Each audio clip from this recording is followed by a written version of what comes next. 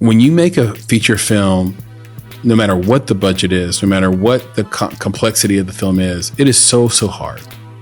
And so therefore, especially filmmaker to filmmaker, you have to be considerate about how you review and criticize someone else's film. Some filmmakers aren't necessarily as affected by the audience, depending on who the audience is, right? It's like you could be like, well, they just don't get my art.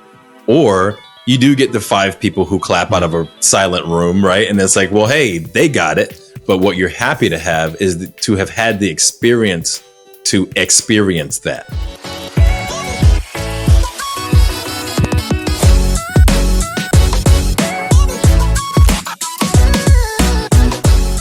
Hello, Chris here with another episode of the Make It podcast. And this is an Indie Talk week, and that means I have my good friend and co-host with me, Nicholas Buggs. Nick, say hello. What's up, man? It's good to be here, as always. It's good to see you, man. And we haven't been apart for that long. Yeah. So, I can't say that, I missed you that much, Well, okay, I still miss you, man. I still miss you. You should contextualize that for the people because they're thinking that you mean on this podcast, but you mean something else, don't you? I mean, in person, right? Because we got to be in person for a couple of days and do the thing. Of course, I'm flexing my tea. I know people can't see me move over a little bit for those who are on the YouTubery, right? Nashville Film Festival was just this past weekend and this past week. And it was a great experience, man. It was just a lot of fun, met a lot of good people, saw some great films. And I think it was just a really good experience. You and I go every year, yep. Right? I think you have a different role in this year's festival than you've had in the past. Yep. So that was really cool. We can get in on that. But it was just, I think it was a really good experience. And I think you've been told that this is one of the best so far. So really exciting to be a part of it. Yeah, it was a great festival. I really enjoyed it. We had incredible films programmed. And when we started attending this festival in earnest every year, I think it was about 2013, 2014. Obviously, we were just going as filmmakers, creators, producers, because the podcast didn't even exist then. And for the last 2 years, I've been going as a board member. And so it's been a nice progression. This year in particular, due to a promotion I got at the beginning of this year within the board, I'm the vice president of the board for the Nashville Film Festival. So what I found is the only thing that really changed there between this year and last year, both, board years, so to speak, is that people come up to you with feedback more often.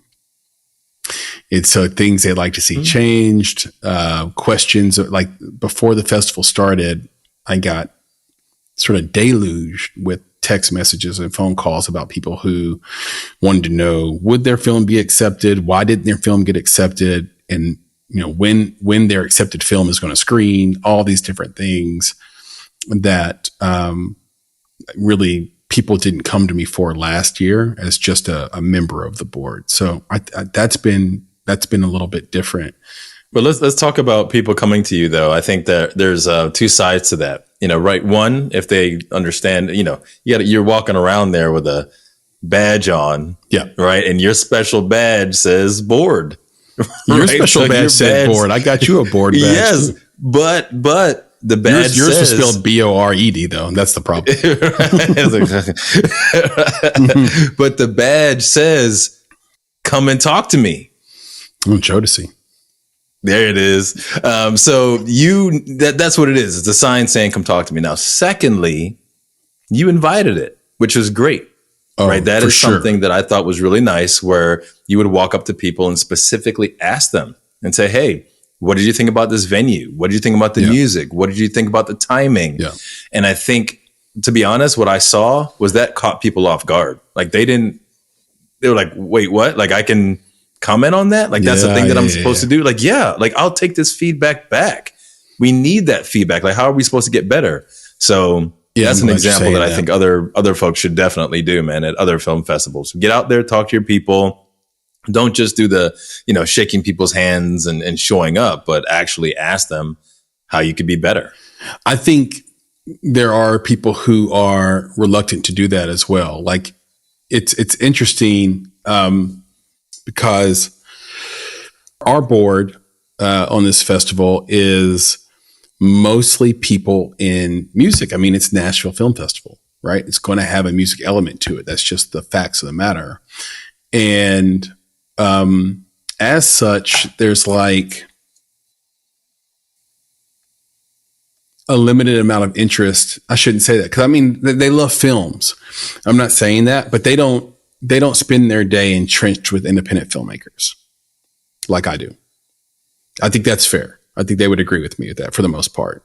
You know, maybe Will Lowry would take umbrage with that because you know he's in that finance world and wants to be around filmmakers. But I still don't know if he's in like the intimate conversations about the creation of things though, you know, like I am. And so, and getting to know these people on a very, very personal level. And so I think what I just said to myself is, okay, where can and I say this about everything. I do this with everything in my life. Where am I useful? Your homeboy, Arnold Schwarzenegger, is about to come out with a book called, I think it's just called Be Useful. Yeah, well, that's what his dad told him. Yeah, exactly. And I love the book title and I love the sentiment behind it because it's true, especially in an age where you have artificial intelligence and the idea of you being a data wrangler faster than AI just doesn't, you know, does not compute. The dog doesn't hunt anymore. But your ability to be useful to another person will never, ever go out of style and will never, ever not be useful. Something we say all the time, filmmakers are people too. There was a lot of that this week. A lot of that. A lot of like, I need a hug. A lot of, you know, I've been down since this happened. Even going back to the 48. And, you know, I announced on this podcast a couple episodes ago that I was doing a 48 for the first time and was doing it with a longtime collaborator and friend, Maki Depp, that we did a feature film with called Another Version of You. Go watch it if you haven't. Go buy it if you haven't. But I've been around this person giving him notes, consultation, creative springboarding, all kinds of stuff for years. I've known him for quietly a decade now. And we made what I thought was a good film that we continue to tweak actually in the background. And the film we actually uploaded on time to the 48 had an error in it, an error or two in it, or was incomplete in our mind. But we also wanted to be on time so we could be considered for awards. That being said, against 60 films, we thought we were definitely in the top 3. And the nominations sort of proved that out. We were I think, the 3rd most nominated film in the entire fest. We won the audience award, so that was great. So that's like the people thought we were the best movie. And we won another award for best in our genre. So we had the best romance film. But we didn't win anything for technical. No technical awards. And let me tell you, not to spoil anything, but when you have people disappear and you have people multiply and you have a creature crawl over the skyline of Nashville, you feel badly for those people in post that you produced, right? If you're me. And even that required some filmmakers or people to touches to reassure those individuals, yeah, you're super talented. Yeah, there's something going on there. Yeah, you can't win them all. Well, whatever the language, whatever the talk is, you know, because you need to let those people know you not winning isn't always about you. Like there are other things. And that's what happens with the festival as well. Hey, we didn't program your movie, but guess what? It isn't always because of your movie. And one thing people fail to realize, and we'll talk about this down the line in our culture chip, actually, is that a festival is programmed based by category typically. And if you have a short film, but there's 1,000 short film submissions, just logically speaking, your chances of getting admitted go down. And it's really funny, Nick. Now, this is a subculture check. And I would love to hear your thoughts on this because it is really funny. Like, not funny, haha, but funny. That's ironic. When your film is accepted into a festival or you're in a contest, you don't want any bias. You want no bias from the judges or from your audience. You want everything to be cool, clean and cool. Like, just, I want to know how I did. Right? You go to your screening. The reason you go to the screening as a filmmaker is, Nick, do you know? Obviously. Well, to get eyeballs and have people see your work. Yes, but the main reason is to see the audience's reaction. All right. What worked, what didn't. When you don't get accepted, sometimes, and this is kind of what I'm getting to about like the difference in being this year and last year. When you don't get accepted, then you want bias. Dude, you're not letting me in. I'm a filmmaker here. I'm local. I'm here. You're not going to let me into our own festival? It's like, yo, that would be cheating.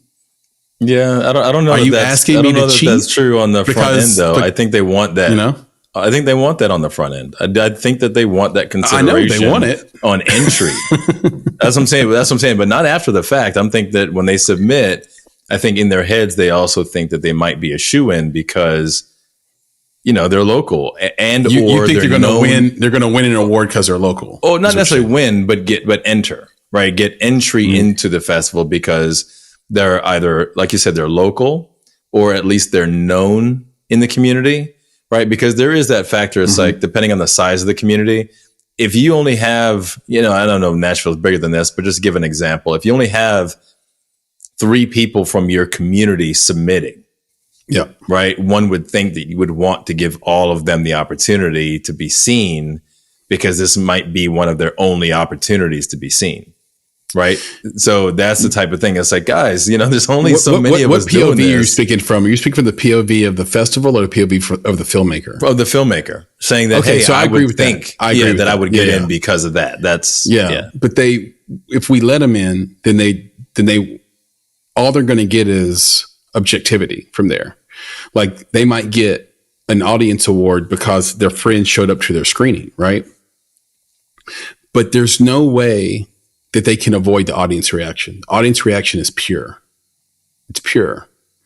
You know, it's that feeling you get when someone's smiling with their mouth and not their eyes. Like you recognize that. You see that. You feel that. There's a disconnect. You don't get to be free of that lack of reaction once you make a film that someone cheated, in a sense. I know it's a harsh word, but someone manipulated the system to get you into the festival. That's the part that hurts people the most. It's like, it's the William, I've been calling it this for years, the William Hung effect. It's where everybody tells you can sing and then you find out you can't.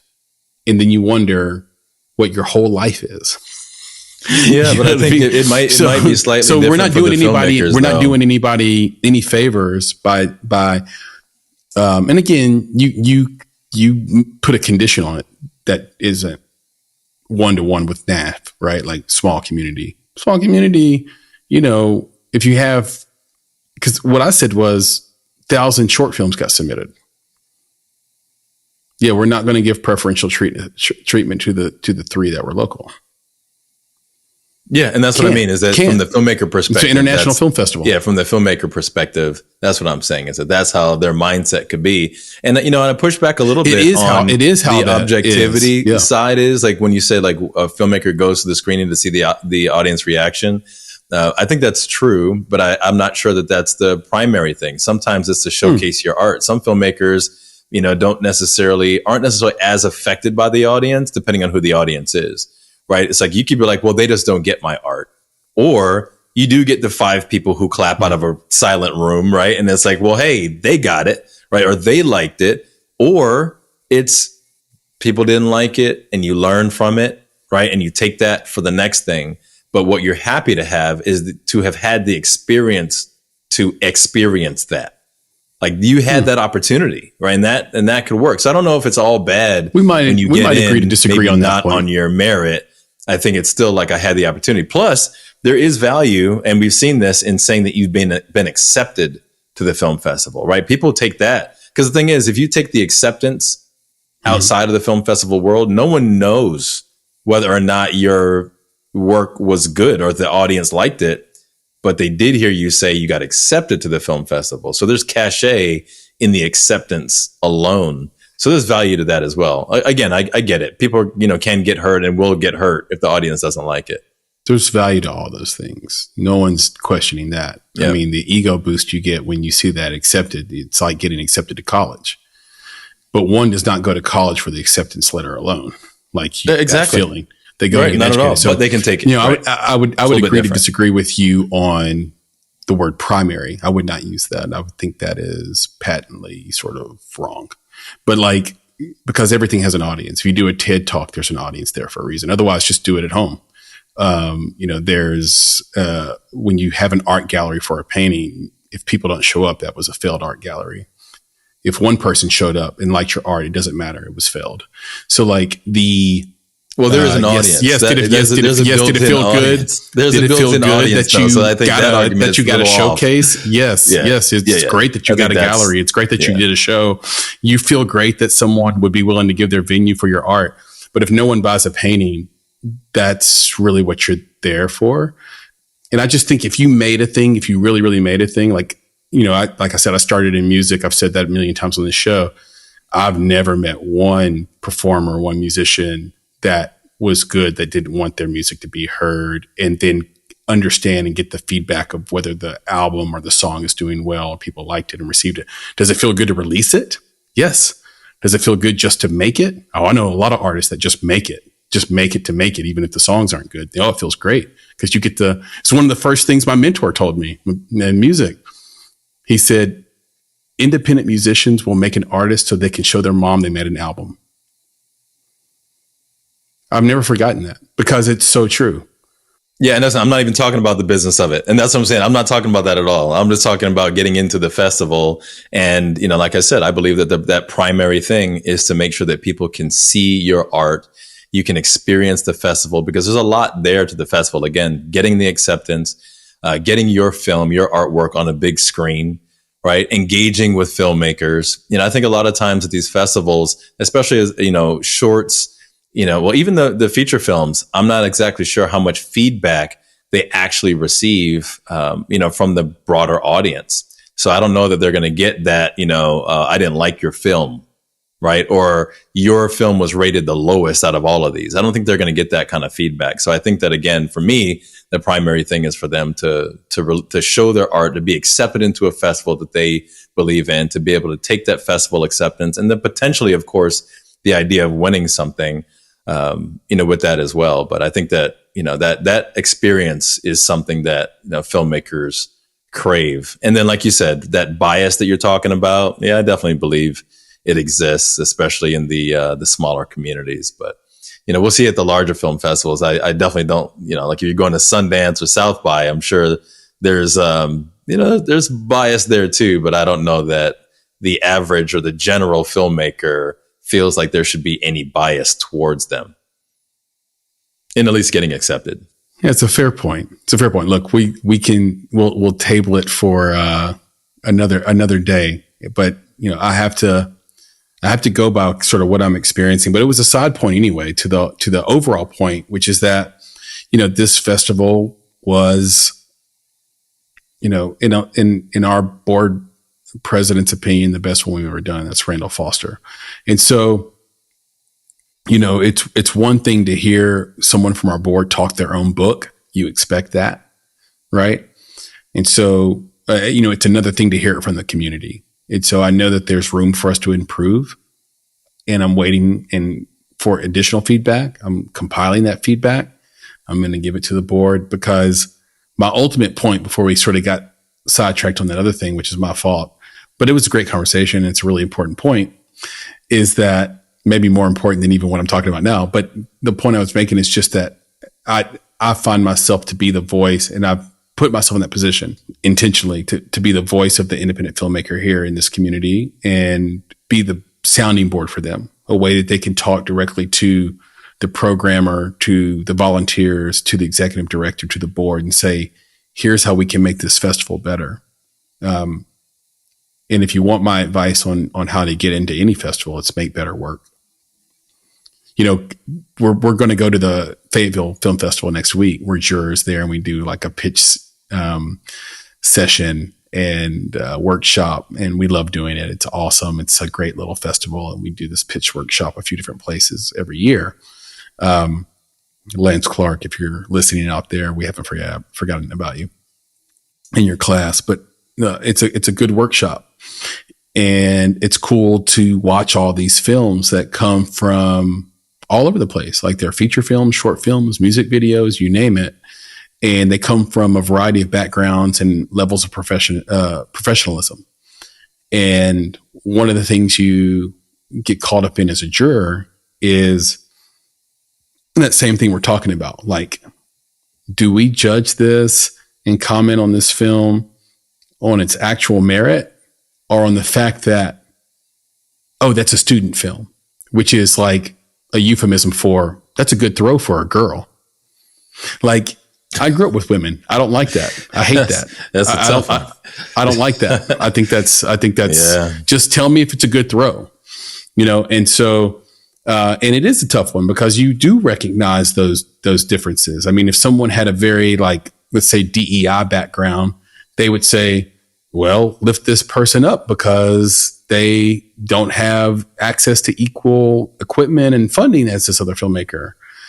But then that ruins meritocracy to some degree, like to a great degree. And so you always have to balance that. And so what I do, and I know, Nick, you have probably a different process, is I just start with what was great about the movie.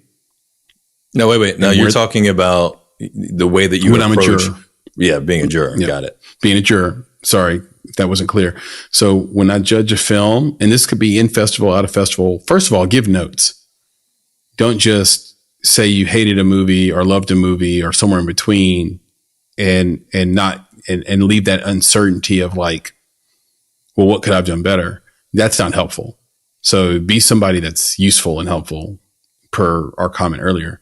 So what I like to do is, you know, I'll give it the rating and I'll give the good note. Then I'll give the note of improvement.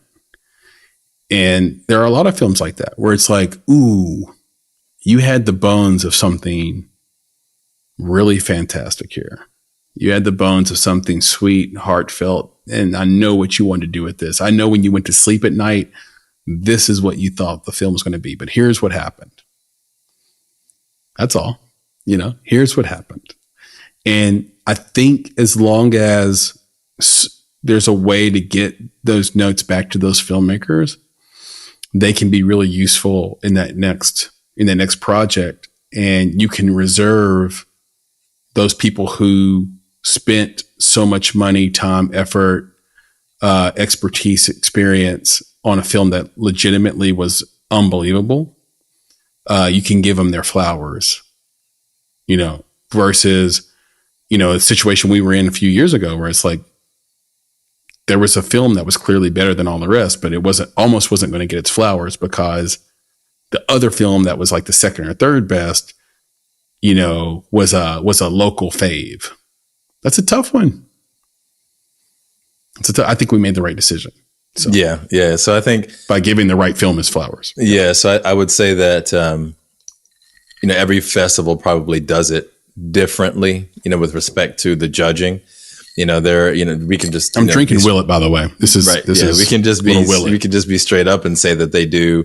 You know, there's ratings. There's not a single one, right? For some of the stuff that we've been involved in, where it's just like a 1 to 10 or a 1 to 5, or, you know, even at the film festival at NAF, you know, they gave you a 1 to 3 as an audience member. That. I don't like it. Yeah, I won't even get into that. I like 1 to 5. They used to do 1 to 5. We used to do 1 to 5. Right. 1 to 3 is really tough. Yeah, it's because it only gives you really 3 options, right? You either hated it, right? It was middle of the road, or you loved it, right? Like that's pretty much all you got. But anyway, so we get things like you got to rate it, you know, 1 to 10 on direction, on cinematography, on audience appeal, on pacing, on structure, right? There's a lot of different things that you will, rate these films on. So there's a lot that goes into it, and there's a lot of attention. No editing. Yeah, there's a lot of attention that you have to pay when you're watching each of the films. And, you mentioned, like, you and I have potentially different perspectives on how we watch film in general, right? Because I'm one who's definitely looking at the technical stuff maybe first, where you're looking for more of the connection. So for me, I've also learned to just kind of switch that. So as a juror, I can now do what you do, right? And I can just watch it. Just watch the film, just don't judge it off the front. Like, did you feel anything? Did you emote? Did you get what they were trying to do in general? And then I watch it a second time for some of that technical stuff. Some of the technical stuff jumps out at you. I know for me as a juror, one of the things that I'm always looking at is basically distractions. Did you do something? Normally it's audio, right? That's one of the biggest things. It's like you did something in the audio that just totally distracted from the film.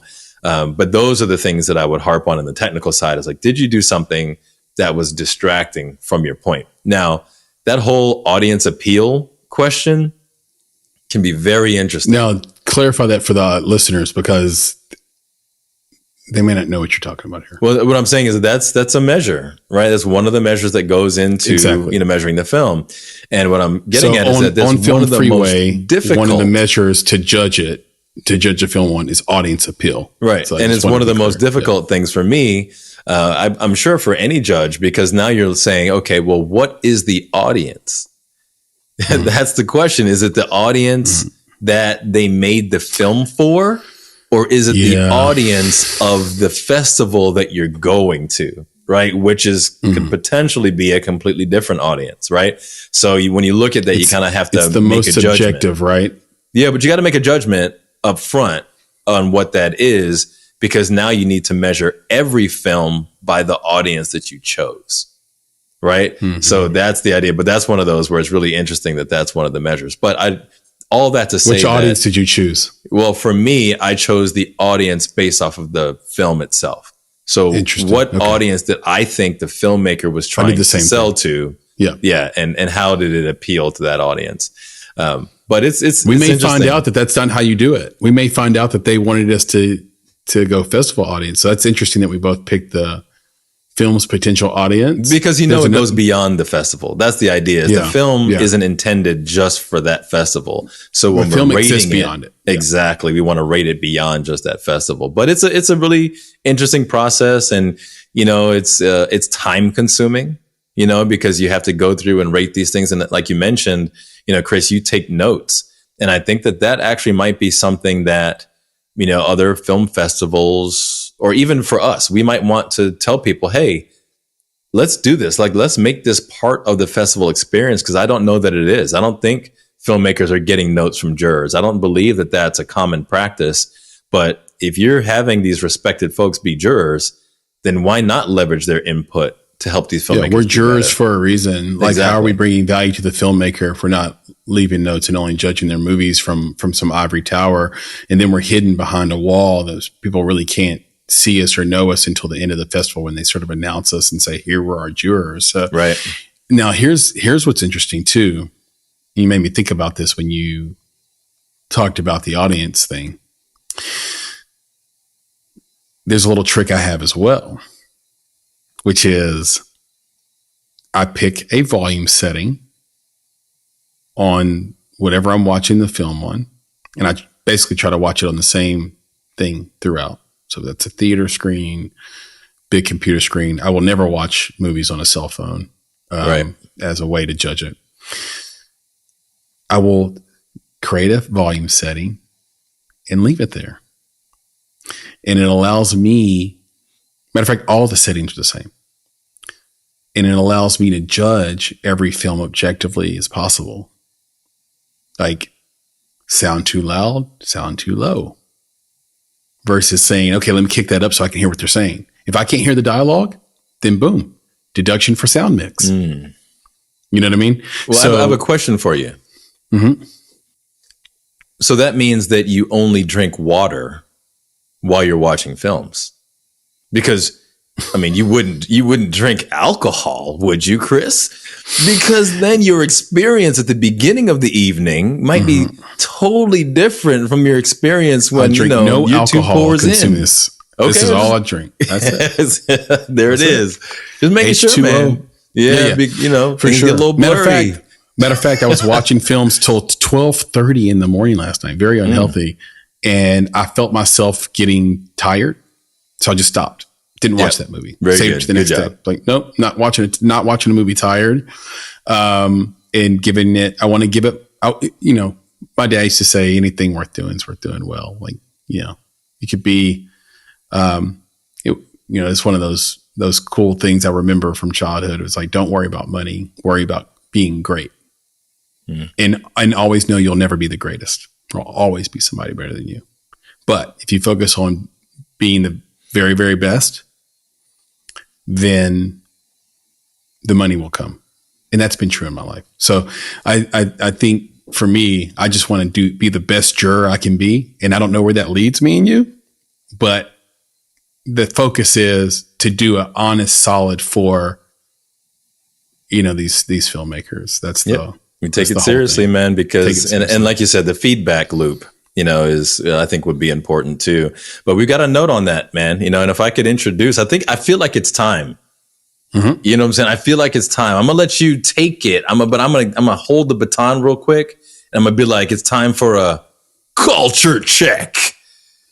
But I'm going to pass it on to you, bro, because I think that you got a really good point. Because we're talking about, there's a certain responsibility that we have when you review a film. Yes. Right. There's certain things that you have to do. And I think that, I've spoken on this before because of my experiences looking through films on IMDb. And you know how I get, right? When I see some of those 1 stars going on and 2 stars and stuff, it's like what are you getting? It's very interesting, right? Yeah. What are you doing? But you just recently, had, we had an experience that you wanted to speak on in the culture check about this. And I just feel like it's the perfect time to do that. Yeah. And I appreciate you being so enthusiastic with the call of the segment. I mean, every freaking episode, you get it a little bit grittier and a little bit more ridiculous, which makes me really happy. I'm in there, bro. IMDb ratings that you just mentioned, by the way, before I dive deep into the situation, I don't understand how the IMDb rating correlates to the Amazon rating of the same movie on Amazon. It's so weird. It's like, your movie, let's say there's a movie that's rated 6 on IMDb. Okay. Or IMDb Pro. You will go find that movie and it'll be 4-star out of 5 on Amazon. Oh, that's that. Well, yeah. Got it. Yeah. Like, it's the same company. I just don't know. Like is the left hand talking to the right hand? Like, what's happening there? Like, they're not sharing reviews, but then we had insight that they were sharing reviews. Well, this is the same company, like you said. So same company. I think, and we have to check this, now that you're talking about it, I think you can rate it in both places, right? So like you said, it's 5 stars. You can rate it 5 stars on screen while you're watching. But then if you go to IMDb, it's 1 out of 10, right? And you're rating it there. So it's almost like, the folks who are using IMDb and IMDb Pro are in the industry. So you're getting an industry rating. Versus when your people are watching it, you're getting the viewership rating, which may or may not be true. I think there's a mix there, but honestly, I don't know many people in the lay people who are going to IMDb to rate stuff. They just do it right on screen. I tend to agree with you. I tend to agree with you there. I think if that's true, that if what we're saying is true, like Amazon doesn't share reviews from site to site, even though they own both places, it raises a whole host of other questions, which is like, as a filmmaker, wouldn't you rather pander to the person who went to Amazon to buy and watch your film than to the hired guns that IMDb hires to review them? And actually, so they have like an army of reviewers, same with Rotten Tomatoes. And those ratings have a higher weight than a regular user rating, because those are their inside people that they trust their taste and judgment. And so I don't know if it's necessarily industry folk that are rating in IMDb, but it's their own in-house internal people. And they have no intention of sort of supporting your film beyond the job of reviewing the film, the job of watching it. And, you know, it's different than what we just talked about as being a juror. Like as a juror, you watch a film, if you care about the job at all, and you kind of approach it the way you would maybe approach a complex cologne or perfume, where and this could be like the technical stuff that you see on a student film, right? That first, you smell the bottle. You ever do that? Just smell you don't spray it, you just smell it, get a hint of it, and then you might spray it in the air and you get that first hint. You smell it and you're like, okay, I don't like that. But people who are really interested in that world, they always laugh at that because that's not how you test a cologne or a perfume. There's the nose. There's the thing that you first get. Same with like bourbon. There's the thing you first get. And then there's how it sits on you over time and blends with your own oils and chemistry. That's the real scent of the cologne or perfume. And so when I'm looking at these movies, okay, that first whiff, I don't know if I like that. That first scene, those performances. And then as soon as the movie ends, that movie has rested on me. And I rush. I actually do the comments before I do the ratings because I want to get that thought out. That's what I smell. Okay, that's how it's resting on the arm. Got it. Now I can really say, do I like this or do not like this? Right. And so, whereas like the less expensive or less complex colognes and perfumes, what you smell on the nose is what it's going to smell like on you in an hour. See what I'm saying? So it's a little bit different. So anyway, culture check. And reviews. Let's dive in. Yeah. Well, look, I mean, there was a situation where we had a friend in film who made a horror feature, and it did screen at NAF. It has made other festivals, and we had a journalist and filmmaker on Twitter /X sort of following the festival, following along with every film. And there were really some complimentary things and objective things that I thought he said about the festival, good and bad. I won't say this person's name or account because I don't want to bring attention to him, positive or negative. But yeah, and it's not necessary for the conversation. It's not necessary for the conversation. But with this particular filmmaking friend of ours, he kind of changed his tone from objective journalism, and I'm a journalism major, so I feel like I'm qualified to talk about this a little bit, right? And I've worked in journalism. And he went from objective journalism where he wasn't sort of writing himself into everything, although he did do that. He did editorialize sometimes. And then went sort of into personal things about this filmmaker. And when you make a feature film, no matter what the budget is, no matter what the complexity of the film is, it is so hard and so collaborative. And he even said it in his tweet storm, making a film is hard. That's the true thing he said. It is hard. And so therefore you have to be considerate about, especially filmmaker to filmmaker, you have to be considerate about how you review and criticize someone else's film. And the way he did it, it was done in such a way where it was hurtful. It was hurtful to the filmmaker, and it was designed to shame my festival on one hand, and then chip the confidence of that filmmaker who basically makes a feature once a year. And I just think that there are so many more constructive and better ways to tell a filmmaker you didn't appreciate their film than to go on a public social media forum, go on a multi sort of message thread rant about how mad you are that this person gets opportunities and gets programmed in on festivals and maybe you don't. Yeah. So, yeah. And so for me, so I read it, read the thread. There's a couple of things that I noticed, right? I noticed that what you mentioned, that it did seem like an attack on a person, which I think is just completely unnecessary. But the other thing that I noticed is that there was, I think, only, one comment, right, on the thread. And I think that was just him commenting to create the thread, right? So it's not like there's tons of people reading this or paying attention. Well, what you do on X is look at the impressions. So it had, it had some impressions, but people aren't agreeing with him. Right. Exactly. And they don't have anything to say about it. So that's the next thing that I looked at, right? And again, it's not high numbers, right? There's not a significant impact here. So the first thing I said, like, yeah, it sucks. But to the filmmaker, I would say, like, it happens, let it go, let it roll off your back. This isn't important to you. Yeah. Right. It's just not. So walk on, move on. You had a lot of people who told you the opposite, right? So this is one versus all the people who told you different. So walk away. So it's really our conversation on the culture check is really less about the filmmaker that we're talking about right now. It's more about the critic, because again, as you said earlier, filmmakers are people too, right? Like, don't be a jerk. That's the bottom line. Like, there's no reason for it. Like, don't attack these people. Right. I find opportunities to actually provide, do your job, critique it, right? Offer insight into action.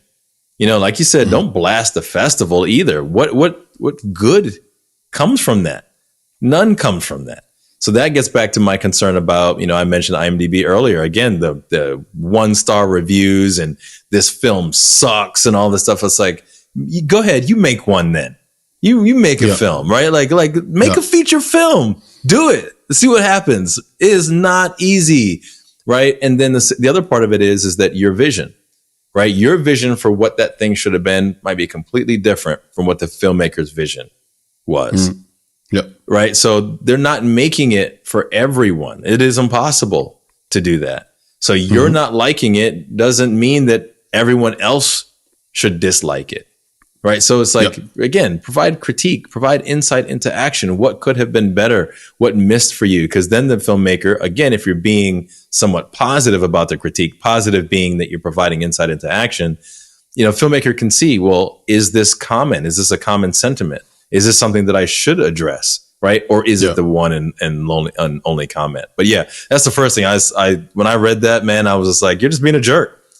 Right. It's not necessary. So, all right. With that in mind, like you said, that this individual considers themselves to be a filmmaker as well. And if this person considers themselves to be a filmmaker, then I think that as a fellow filmmaker, it is irresponsible.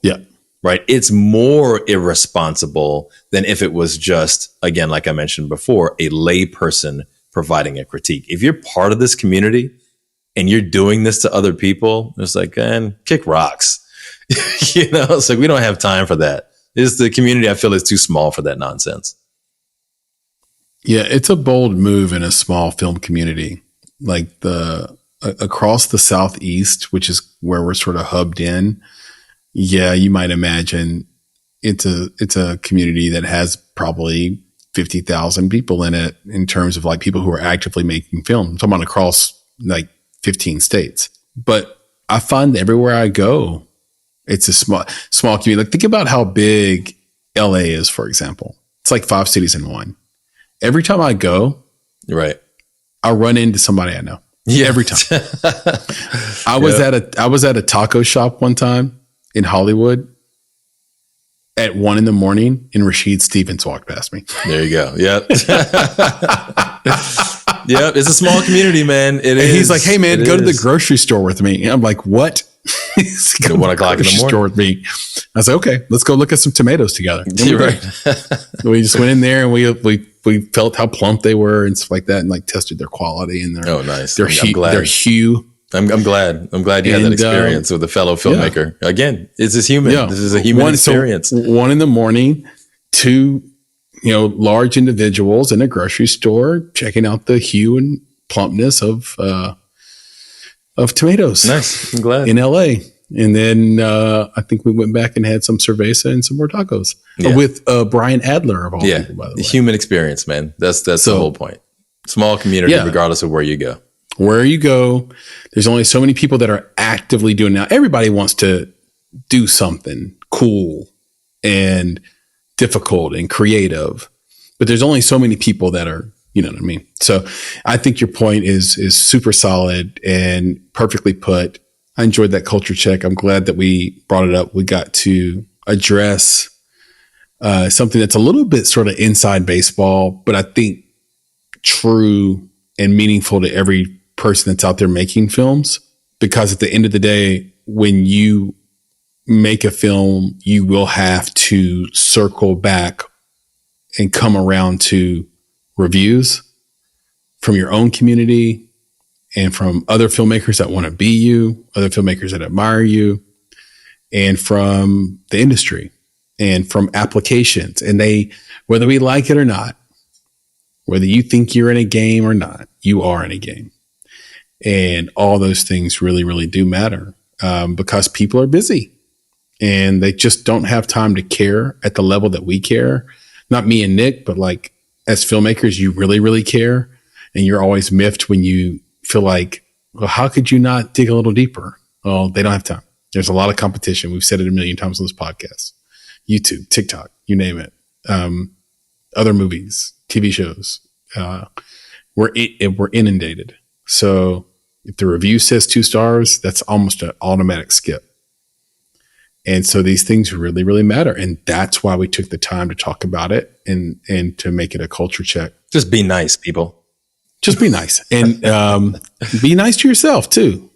You're a person, too. You're a filmmaker. Be nice. Be nice to others and be nice to yourself. I did notice something, Nick, recently. I should just mention, just as a side note. We don't have to spend a lot of time on it, but I've noticed that the water cooler talk around the theatrical films has been waning. It's been waning.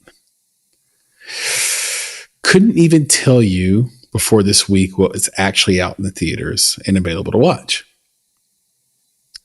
So I know that Paw Patrol came out because the guy who wrote it, we follow him on Twitter/X. I don't know if he follows me or not, so I don't want to say that. He could. And congratulations to him. And then, of course, Saw has made another movie. I don't even know what number they're on. They just keep making them because it's 10. It's something that you can it's like Fast and Furious. Like the template's there, the audience is there, so let's just keep making them. But before that, I don't know. It's like it feels like there's been this lull. Part of it could have been that the focus for all the industry rags, Variety and Deadline and Hollywood Reporter, they've been focused on the writer's strike and the actor's strike. And so therefore there's been less focus on the actual films that are in the theater. But ever since Barbie came out and Oppenheimer came out, I feel like there's been viewer fatigue. Like there comes a point where you can only talk about a subject so long before you need to talk about a different subject. And so many people talked about Barbie and Oppenheimer that they needed a little break.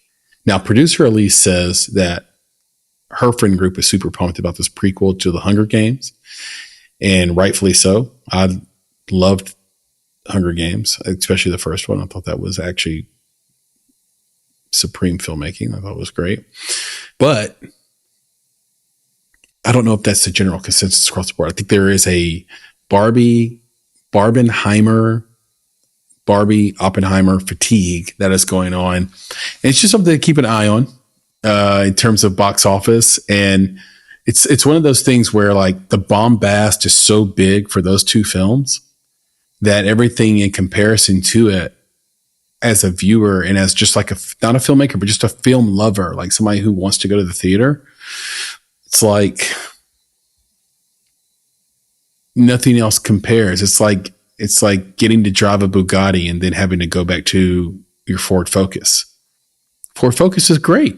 One of the more reliable cars. I don't know if it's reliable, but it's one of the more affordable and consistent cars that you can get. Nothing wrong with it whatsoever. The problem is, just drove a Bugatti. And now you know that feeling. I got a couple thoughts, but I'm going to drop the first one, and then we got to go to this trivia because I'm really curious about what it is. We do have, but Oppenheimer related trivia. I'm very excited about this. The first thought I had was, what water cooler are you standing around, man? When was the last time you saw a water cooler, bro? I have one in my house. I know you do, but you ain't standing around with a bunch of people.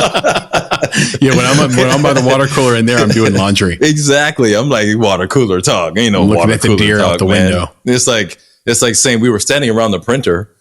Mm-hmm. You know, I ain't printing anything anymore, bro. That's not a thing. But it's become a euphemism, right? I know. Like water cooler just means like standing around talking. I get it. I'm being facetious. I'm joking. Yeah. All right. So let's What's that Dave Chappelle joke? I have thoughts, but about let's the water get into cooler? the trivia. I don't know. Have you heard that joke? Remember that joke? No, what is it? Where he's like, it was like some white guy joke where he was like, you can ask a white guy anything around the water cooler except who he's voting for. Oh, nice. Yeah, well, like he will talk about sex with his wife in great detail, but if you ask him who he's voting for, he's like, hold on. Bro, like, it's the two things. No, it's the two things. That was a culture thing. There's two things at work you don't talk about, right? Politics and religion. So that was almost a religion. Those rules, right? Don't talk about politics. Don't talk about religion.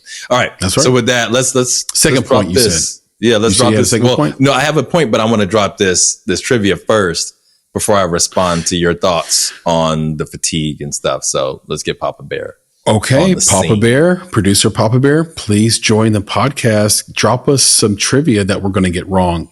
For enter in for our weekly segment, our per episode segment. Things we should know. Things we should know. Papa Bear, tell us a thing we should know. Well, you should know that you're talking about Oppenheimer. You should know that this week is Nobel Prize week. Mm-hmm. I saw that article. 3 people won it this week for being able to flash light really fast to see electrons. Mm-hmm. Electrons, yeah. Pretty impressive stuff. Well, tell me this. What executive producer was awarded a Nobel Prize in physics? And for which film is that executive producer associated with? And this is related to Oppenheimer? No. Is related to physics, which Oppenheimer is related to. Okay. So now this is all a new challenge. Okay. Say the question again, please, producer Papa Bear. What executive producer was awarded a Nobel Prize in physics? And for which film is that producer associated with? Do you know who would know this? Who would know it? Nick? Alexi Gambus. Yeah. Oh, Alexi, 100%. Alexi, if you're listening, answered this question. Shout out to Alexi Gambus. Love him.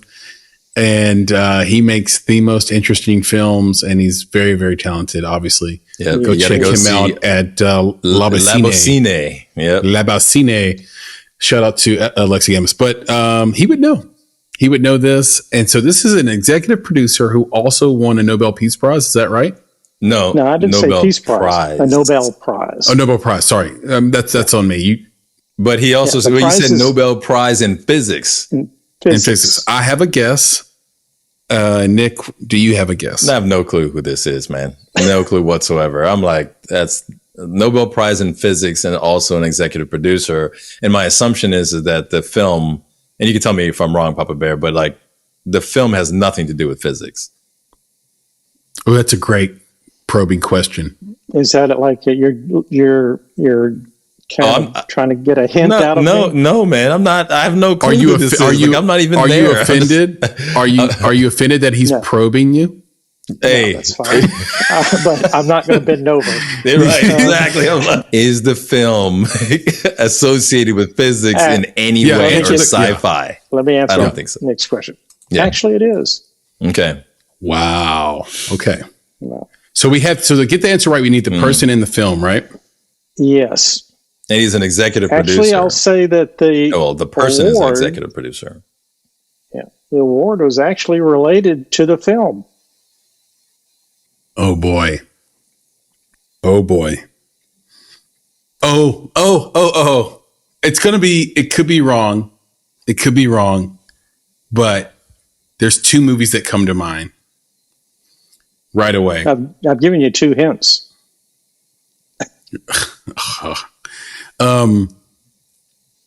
I've got the 2 films in my mind. Okay. I've got the name of one of them. I've got I don't have the name of the other one, but I know what it's about.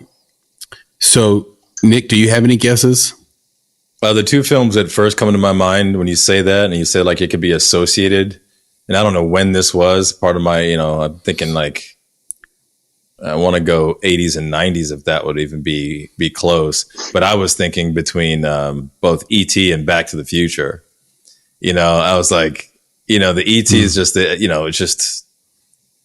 I think there were things that were happening at that time. I think that would have made sense. Mm-hmm. But Back to the Future, of course, they were just talked about, physics and science and time and, a lot of different things. Now, again, it could be neither of those, but that was the first thing that I thought of when you mentioned that. But I have no clue who the EP would be. Here are my 2 thoughts, Nick.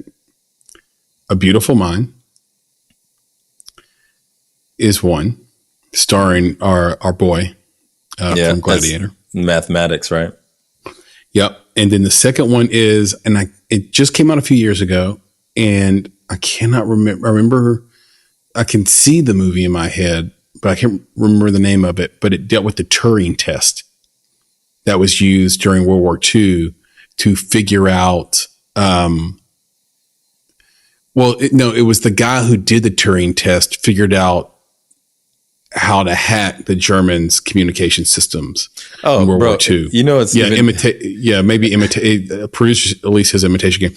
And I'm thinking, I wanted to say Daniel Kahneman, but Daniel Kahneman is an economist. But Chris, he had a partner that was more scientific named Tversky.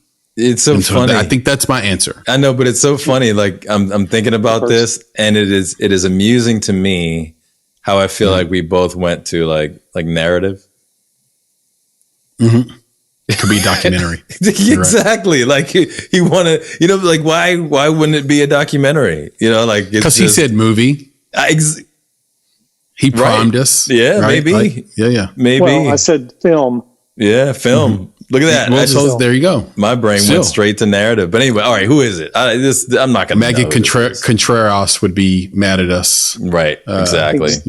Documentary filmmaker. Executive producer is. Shout out to Maggie. Yep. Executive producer, Dr. Kip, K-I-P, Thorne, was awarded the 2017 Nobel Prize in Physics for his work leading to the detection of gravity waves, which were first predicted by Albert Einstein nearly 100 years ago.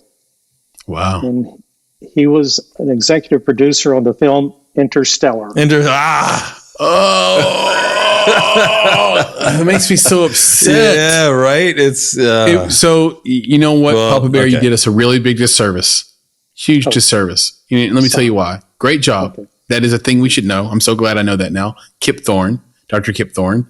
Shout out to Kip Thorne, Dr. Kip Thorne. And the reason you messed us up is the first clue I asked for was this Oppenheimer related? And you said no. You said it's about physics, and Oppenheimer was about physics, the movie. Yeah. It is Oppenheimer related. Both Interstellar and Oppenheimer were both directed by Christopher Nolan. Mm-hmm. So you missed me up. It's not. That wasn't the intent. It's not Oppenheimer related, right? It is. It's same director, same writer. Same writer, director. It's not. What are you talking about? Interstellar related. But listen to this little. Are you telling me that the writer and director are insignificant? It's an insignificant bridge between those 2 films? That's crazy. For the trivia that we were just doing. Yeah, it's not. Anyway, I might have guessed Interstellar. Here's what happened. Mm-hmm. Dr. Kip Thorne won a scientific bet against Stephen Hawking about the astrophysics theory that underlies this movie. As a consequence, Hawking had to subscribe to Penthouse magazine for a year. That's a thing we should know. I love it. That's a thing we should know. I like that. Here's another tie to another movie. This famous bet was depicted in The Theory of Everything. Wow. Okay. Look at that. The connections, man. I like it. Great work, producer. I like it. Yeah. What wonderful. A good trivia. That's wonderful. Okay. Well, I've had this for months. I've been waiting for something on it. scientific to come up. And we deliver. We should just do, we should just let you, we're going to, in one of these episodes, we're just going to open up the cameras and microphones to you and just let you just talk about science and all the things that are interesting to you. That would be the biggest mistake this podcast has ever had. Mistake in the making right there, bro. In the making. Yeah, the next episode will be me doing an MIM about the time I'll let Papa Bear speak for 30 minutes. The mic. You're right. There you go. All right. Well Chris done, Papa Bear. Papa Thank you Bear. so much. Well done. Yes. Right. Thank you. We appreciate I feel smarter every time he gets on the microphone, every time he gets on the camera. That's right. I feel a little smarter, Nick. Yep. Cool. All right. So back to the point. We were talking about Barbenheimer and potential audience fatigue and stuff like that. So audience fatigue. Yeah. So I have a couple thoughts on that. And the first one is that the timing of everything that came after was also in sync with the actor strike. Yep. So writers and actor strike. So well, specifically the actors, they couldn't promote. Yep. Right. So the level of promotion that we were getting before, especially Barbie and Oppenheimer Day, it was just on another level. And then it literally went to zero. It was like COVID, right? Like you can't promote. You just can't do it. This might be the reason. Yeah. So I think this. So I think that's the critical one, but I do have a second one. Okay. And the second one gets back to kind of what you were saying about there's other movies in the theater. Right. That's the Ford Focus movies where they're like, those are good. That's reliable theater or at least that's reliable movie watching. Right. If you wanted to see a movie in the theater, there's movies for you to watch. But what I saw, the difference is that Barbie and Oppenheimer were built to be theatrical experiences, whereas a lot of the movies that came after and it kind of in between maybe Teenage Mutant Ninja Turtles and now The Creator specifically. And like you're saying, Paw Patrol, I mean, even Paw Patrol, but like The Creator, there were not these cinematic experience type movies coming out after Barbenheimer. So you could go to the movies, but you weren't going to have a Barbie experience at the movies. You weren't going to have an Oppenheimer experience. And then therein, lies that little lull that also was, again, seriously compounded by the fact that there was no marketing happening. There was no buzz around theater going. It was just quiet. Yeah, because it makes you think about the value of a press junket. Yeah. And these junkets that the actors do. I mean, there's nothing saying that the movies can't, the movies. The theaters and the studios can't team up and market a film. Right. I mean, if you go to a theater, you still see the same cardboard cutouts. You still see the same sort of marketing approach as normal, but maybe there is less so on television, et cetera. Like the late the night machine shows. is still the machine. Yep. Like they're still going to, have the ability, strike or not, to promote their films. What's interesting is I know that a lot of films just push back and said, well, we're not going to release now. We're going to delay the release. So because we really depend on, it just goes to show how valuable and important marketing is. Like until we can market this properly, like this movie's budget and ROI depends on us being able to do this. Exactly. Because it's not that they couldn't roll it out. It's that, do you want to spend ad dollars on late night television, like you put it, for example, where the episodes are reruns? Right. Because those writers on those shows make those shows work. Like literally, you can't have Jimmy Fallon if he doesn't have his writer's room. Yep. Right. And Bill Maher just came back, first episode back last week, which I'm curious how that's going to turn out, because it was weird because him and Drew Barrymore kind of like, I guess some writers felt like they were scabbing, and then the strike got resolved the next week. Yeah. So no harm, no foul, or no, we took receipts. We remember. Yep. They're taking receipts, bro. They're taking those receipts. They're not going to let them off easy for that. Their shows are back on, and I watched Bill Maher, and it was a good episode. Sounds like their writer's room is still writing good content. They're not like upset that they had their job back. So at least in that writing room, it seems to be working okay. But I just wonder sort of, he got called a lot of names, and maybe that's the end of it. He got called a lot of names on social media. She got called a lot of names on social media. Maybe that's the end of it. Yeah, maybe we'll see. But we'll see what happens as it progresses, and hopefully the actors strike ends soon. I know that for the WGA, they felt like they got what they asked for, and in some cases more. Producer Lee says 3 of Barrymore's writers declined to come back. So there you go. Yeah. Keeping receipts. Yeah, keeping receipts. There you go. And those writers have to feel pretty good about their job security, right? They must be great writers because they're like, we'll quit that show and go to another show. We'll get hired. Right. I know a lot of writers, and this is just from our talk with like Charlie Larston, for example, like, yeah, you don't have that kind of security sometimes, depending on where you're at in the writer hierarchy in a room. Like you need that job. You want to keep that job. But for the most part, those writers got what they wanted. The union got what they wanted. And in some cases, a lot more than they asked for. Some cases, less than they asked for, but like a wait and see. Let's get some of these things are sort of like data dependent, like the residual that a writer might get based on the popularity of a streaming show, for example. I'm curious to see how open and honest the streamers are about the popularity of a show, or how they change their marketing approach based on the popularity of a show, or if they'll just be straight up and say, look, this show's popular, we should pay you something. I think the issue is writers and everybody that's historically involved in the movie industry, film industry, is dealing with corporate entities that are also in that industry. But when you talk about a streamer, you're talking about a Silicon Valley tech company that happens to make movies. And it's just that nuance makes all the difference in the world. So it changes everything about how they behave. I think I shared something with the team earlier in the group chat and Slack, like cancellation rates for every streamer, like how they, like at what percentage do they cancel shows? Apple is by far the least likely to cancel a show. They believe in the show, they stick with it. But the reason that behavior exists is because they don't have to follow the rules that networks had to follow, or that these other movie industry style channels had to follow. So that'll be interesting to see. And I think that the fact that like Paramount Plus and HBO Max and maybe some others basically didn't have to increase their rate or so. Well, I'm trying to remember exactly. I had it a couple weeks ago, but I can't remember exactly what their deal is. But I feel like they kind of, got what they wanted in the negotiation. And I think the issue is that you can't compare one streamer to the other, and they have different economic needs and different positioning in the market.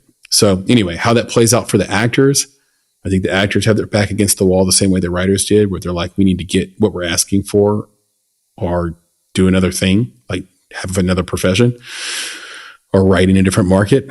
And that's why the writers were never going to break. They were going to stay, they were going to have solidarity. They were going to strike every day until it got resolved. And they did it. And it was awesome to watch, except for, of course, Bill Maher and Drew Barrymore.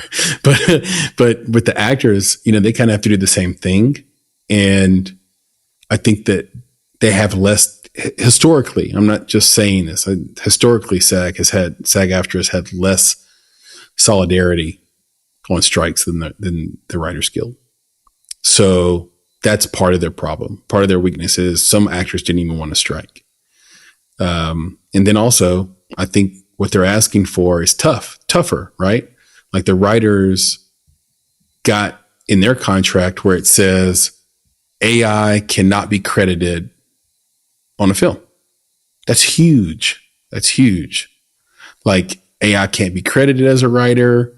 You can't replace my job with AI. Like that's in their contract now. That's huge. The problem that actors have is that they've already been CGI for a long time, for 2 decades. So how do you put that into a contract when you know that, lots of movies you wouldn't even expect to use CGI that much. You see like The Hangover. When Zach Galifianakis is climbing, what is it, Caesars or something like that, or the Mirage, that's all CGI. Like the whole casino when he walks in is all a model. Yeah, I don't know that that's a negotiating. I don't know how they're going to do it. Yeah, I don't know if that's a primary or even a negotiating point, at this time. We got to find out what the negotiating points are around AI, I think, specifically, before we can speak on it. But if there are negotiating points on AI, it's going to be tough. Yeah, if there are at all. But I was going to say that, back to the kind of the theatrical experience and the Barbenheimer thing, I think one of the most interesting things, and maybe it'll die off soon, but the fact that they're doing the whole Barbenheimer thing with Saw and Paw Patrol, and they're like calling it Saw Patrol, it's kind of like, is it really a thing? I mean, we'll see exactly. Like if the numbers do great on Paw Patrol and Saw, together, then maybe, but I don't think it's a thing. I think I'm like, oh, y'all are just playing. That's not really a thing. And I think because they wasted it on this one, is going to go away. Like we're not going to hear of the double movie thing for a while because they wasted it. Like y'all should have, honestly, there's probably 2 other movies that are much better suited for that type of moniker. That's industry talking its own book, right? Yeah, that's just industry talking its own book, trying to gin up clicks and views. Like opening weekend, Paw Patrol did 23 million or so approximately against a $30 million production budget. That means they probably spent 60 total when you include P&A.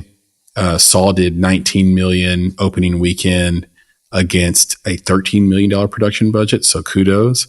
Probably spent 26 million total, roughly, approximately. So you got a little bit more to go. They're going to cross that threshold easily in week 2, I think.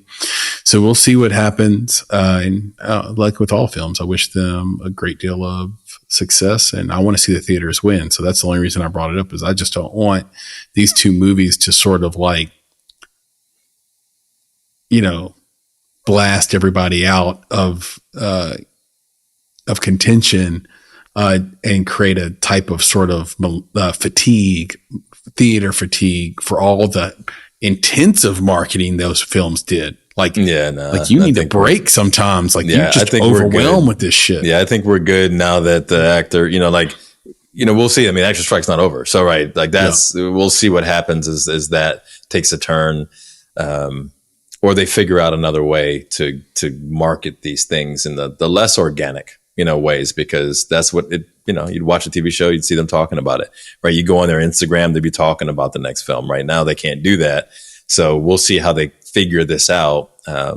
Because they can't keep pushing these films out, man. They got to put stuff in the theaters. So, I think it'll start to work itself out over time as the strike comes to a close, but. Totally agree. Look, I think we did the damn thing. We covered a lot here, and obviously more to come as we do our thing out in the film world and report back to these wonderful listeners and viewers of ours. If you're watching on YouTube, thank you so much. And please continue to watch, share, tell a friend, subscribe. And if you're listening, you're an OG, you've been listening on Apple Podcasts or Spotify for years, we love you too. We have some cool surprises coming on the audio side. Very, very soon. And I think it's going to be, I don't want to hint at it too much, but I think it's going to be really cool and awesome. Actually, a couple of things for both channels, YouTube and audio, that'll be really cool. But one thing specifically just for audio that's around the corner that I'm excited about. Before I go we wrap this thing up, I should say, I do just want to say shout out to some of the best films that I saw or that we saw, Nick, at the festival. I know that you had to leave a little sooner than you wanted to from the festival. I got to see those sort of back end films, but Asleep in My Palm, shout out to Hideout Pictures. That is a flat out wonderful movie. So if you get to see on streaming, because I don't know if it's going to do a theatrical run, although it's well deserving of it. The female protagonist in it, I need to get her name. If we get a chance to cast her in anything, we got to do it. She's unbelievable. She's unbelievable. So Asleep in My Palm, wonderful film. Shout out to a French film called A Taste of Things.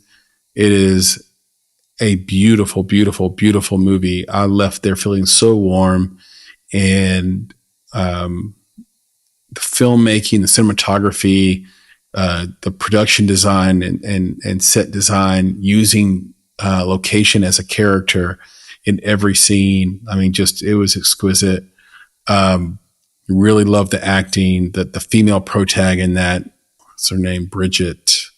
I can't remember, but it's called A Taste of Things. She should be up for an Oscar. That's how well she did. So she should be nominated as best female lead. And then, Fiona and Son, or no, Flora and Son, which is actually streaming right now on Apple TV. Everybody can go watch it.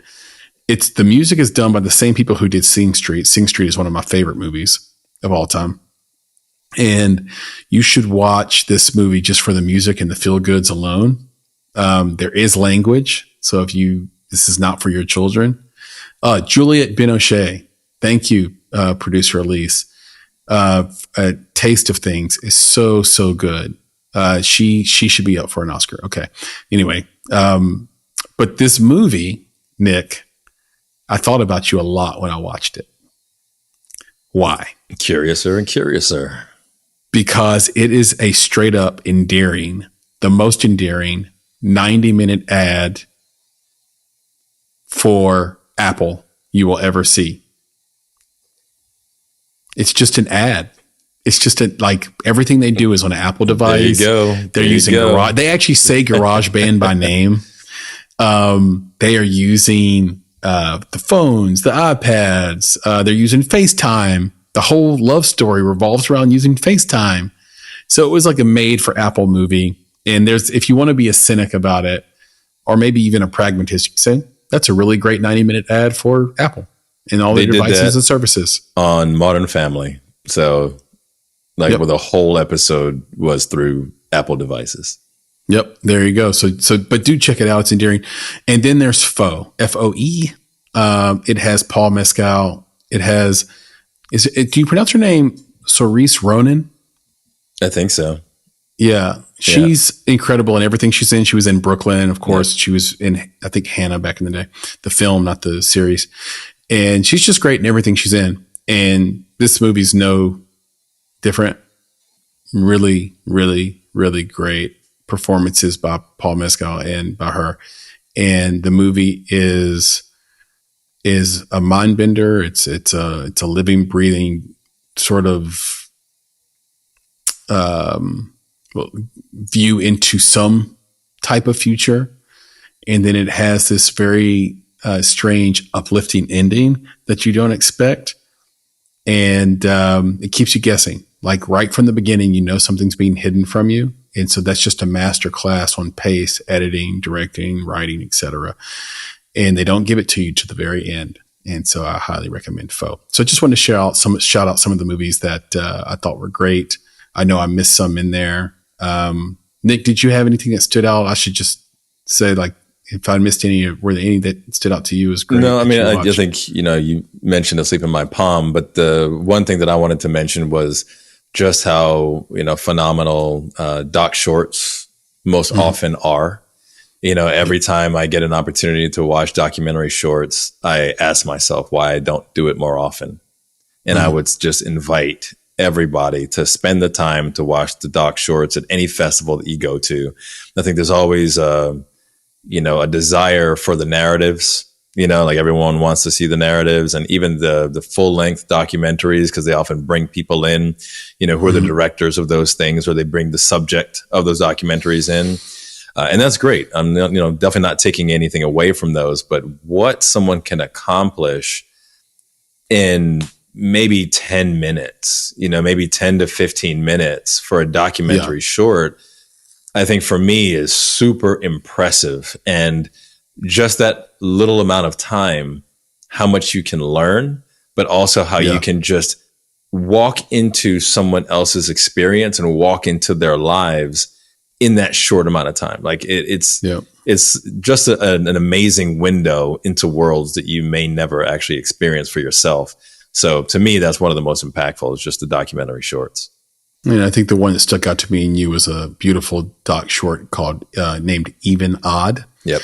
And it follows the life of the director. I think his name is Sean Yang or maybe Sean Wang. I can't remember which one. But shout out to Sean, wherever you are. You made an amazing documentary. And it's a story that follows his grandmothers on both sides of his family, I believe, one being 83 years old, one being 94 years old, and they live together. And so that's already unusual. And then you just get, totally immersed in their lives and you get to experience the joy of just living. Yeah. And it's a very small window, but it's perfect and it's beautiful. It was so good. And I would watch that and I would recommend it to I'd watch that again and again. I'd recommend it to anybody. So anyhow, Nick, I think we did the damn thing. We did, man. This is special. And I was going to tell you for this episode on our outro, we should just shrink the sucker down, man, because I think today, what we really want from these people is very simple. Like if you're watching us on YouTube, man, you better like this video, right? That's the first thing, right? The second thing is subscribe to the channel because we continue to do this, right? We're sharing ideas, we're sharing thoughts, we're sharing insights, but we're also bringing other people in to do it. And if you subscribe, you're helping us to continue to do that. And of course, hit that notifications button. So when we do this, when we make it happen, when we drop the video, you get the video, right? You know it's coming, it's going to drop and you can be part of it. And then our folks who are on the podcast side, it's almost the same thing, right? You hit that subscribe, you're going to get those notifications, right? That's the main thing. Just subscribe to the work that we're doing because it helps us to continue to do this, over and over again. And, lets us know that you're out there, that you're listening, and then share that with other people, let other people know that this is what we're doing. Right. And that this is providing value to the community. And I think Chris, did some outreach earlier about, the guests that we love to have on the conversation, where it's just like, we're open to these conversations. We want to have these conversations. So, we're excited to do it. And we're excited to be on so many platforms that allow us to get our voices and the voices of the filmmaking community out there.